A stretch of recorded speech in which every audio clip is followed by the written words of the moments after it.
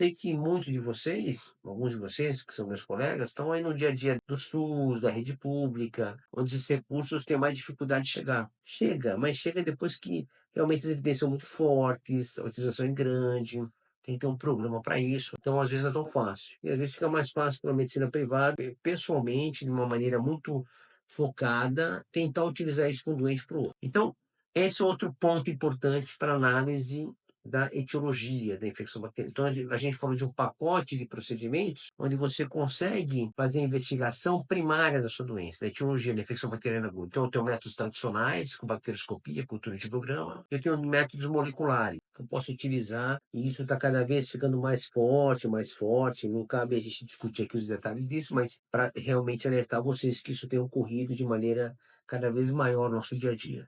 E outro ponto importante do ponto de vista de manejo é você utilizar para o diagnóstico os dados laboratoriais mais sistêmicos, onde a gente acaba utilizando medidas para poder mensurar o impacto da doença nesses pacientes. Então, eu tenho um paciente com sepse, eu tenho um paciente com pneumonia bacteriana aguda que precisou internar o doente com CURB 65 alto. Eu tenho um paciente com meningite bacteriana, por exemplo, que são doenças graves, endocardite bacteriana, infecciosa, pericardite bacteriana, artrite séptica, celulite, né, com necrose, fasciite necrotizante. Então, doenças que você, além de você estar preocupado de ter um diagnóstico correto, microbiológico, definido para você poder tratar adequadamente, você também fica preocupado de o que está acontecendo com esse doente, da gravidade, das manifestações à distância desse doente. Ou por um processo séptico, ou não.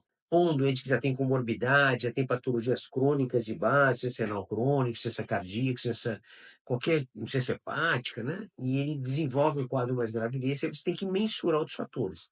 Então, aqui cabe um manejo maior do ponto de vista laboratorial, né? Aqui você vai usar o hemograma, você vai utilizar a função renal do doente, que a gente mede com ureia e creatinina, ver a função hepática. A função hepática, lembram disso, né, pessoal? A gente tem coisas para medir a função hepática, medidas da célula hepática do hepatócito e medidas de colestase, né, da questão biliar do fígado, o intraextrahepático. Então, a gente tem marcadores para isso. Por exemplo, a gente utiliza o tempo de protrombina e albumina para medir função hepática. Nós utilizamos transaminases, né, o LTST ou o TJGP para poder medir a lesão hepatocítica.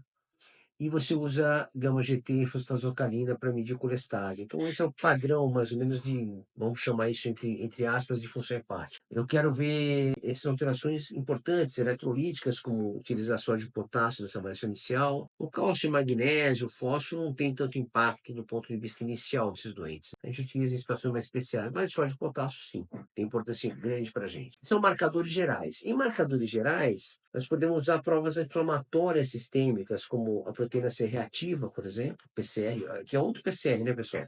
Nós temos o PCR molecular, que é a ação de polimerase em cadeia, e tem o PCR nosso tradicionalzão ali, que é o dia a dia, que é a proteína C reativa, que é um avaliador pró-inflamatório, é um produto de produção inflamatória. Então, você tem proteína C reativa, alfa-1-glicoproteína, o próprio VHS, que tem usado muito pouco, que é a velocidade de hemossedimentação, algumas coisas a gente não usa tão frequentemente. Mas aqui nessa discussão dos marcadores biológicos da infecção bacteriana, cabe um parênteses para a procalcitonina. Então, a procalcitonina está na moda, né, pessoal? Acho que todos vocês já pediram, ou ouviram, já discutiram. Eu queria falar duas palavras sobre ela. É uma metodologia, também já está na nossa rotina, todos os laboratórios fazem com uma certa rotina, mas ela está sendo muito overuse, né, super utilizada. E, às vezes, de uma maneira muito inadequada. Isso gera um custo desnecessário para todo mundo, para as empresas que pagam essa conta, plano de saúde, convênios, o próprio SUS, ou o próprio cliente, o paciente mesmo, que vai pagar essa conta, que às vezes não tem tanta necessidade. E pior ainda, se repete, às vezes, sem ter um foco muito importante. Mas o que eu quero falar sobre ela do ponto de vista prático para vocês? A proteína C reativa, o PCR, ela é um marcador biológico de custo muito baixo e fácil de fazer e consagrado. Realmente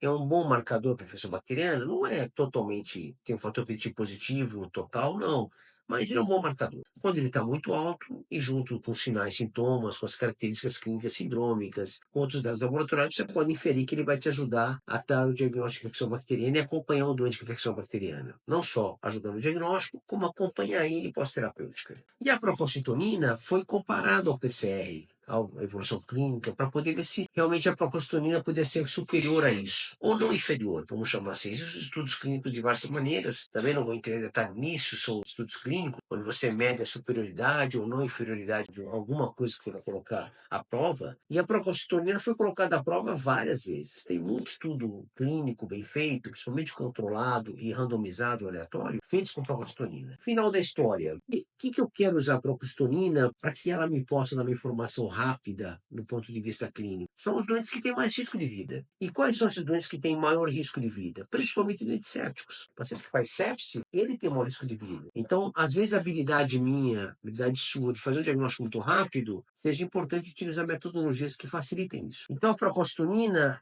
chega ao mercado dessa maneira, tentando trazer para a gente uma facilidade aos bacterianos, ser mais uma ferramenta laboratorial que, junto ao que você já tem, que é a sua história, que é o seu exame físico, os laboratórios, as imagens, seja mais uma informação para te ajudar a dar o diagnóstico de infecção bacteriana aguda.